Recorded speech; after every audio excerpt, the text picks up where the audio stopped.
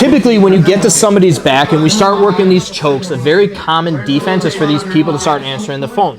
Now, if you watch the recent Who's Number One, Elijah Dorsey kind of just proved why this is a terrible defense by hitting the Thunderlock. So check it out. So he chose to put the arm up behind by his head.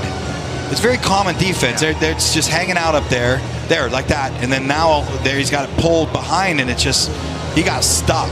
He got stuck and then pulled, yanked, and the shoulder popped. Like, here's how this counter works. It's super slick. I've honestly never seen this before, but it's just one of those things that's always kind of just been hidden in plain sight. So when they go for this defense, we have to understand that this elbow is like highly elevated, right? So I have the ability, and I don't know why, again, none of us have ever like really considered this, I have the ability to essentially just kind of scoop this arm and pull it behind their head. Now, the way that he worked this lock is he pretty much got this arm deep behind his head. He brought in his other hand so that they were both essentially right behind his head and between his head and the arm. He was doing a body lock as well, so he's really able to kind of hip in and apply this pressure. And then from here, he literally just pulls the arm to the chest, which puts a lot of pressure onto the shoulder, the clavicle, like everything. It just completely destroys the shoulder. And again, like if you watch the matches live, people had no idea what just happened. So there's a nice few ways to kind of set this up. Obviously, the first one is going to be if they're answering the phone defense and the elbow's high pitch, I just want to scoop and like get this arm behind their head to kind of secure it. And then we can just do exactly what Elijah does, where I scoop it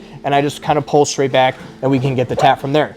Another way that we can kind of hit this defense a little bit is if I'm grabbing his wrist here, right? And we're kind of fighting. If I feel him start kind of like pitching his elbow, I can literally take his hand and pull his hand behind his head, get it even deeper than what I would initially be able to do. And then same thing, I bring in this other arm, lock my hands together, hip in, and we pull the shoulder back. We still get the tap from there.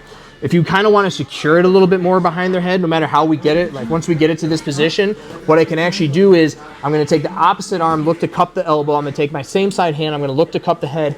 I'll actually probably take my chin and use this to kind of cup down on the wrist a little bit, just to, again, so that he can't pull this arm back as easily. Now I'm pushing on the head, pulling on the elbow. We get it all across, and we can still kind of get the tap from there. So it's called the Thunder Lock. I may even start calling it the Dorsey Lock just because I've never seen this thing hit until Elijah did it at Who's Number One. Real nasty. So for those that are in Cash's position that are defending this, if you are going to answer the phone, keep this elbow like tight. Like I still can't get my chokes in here, but by you elevating this arm, you're literally giving us the opportunity to kind of work and get right into this nasty shoulder lock. So there you have it, a little quick breakdown of the Thunder Lock for you.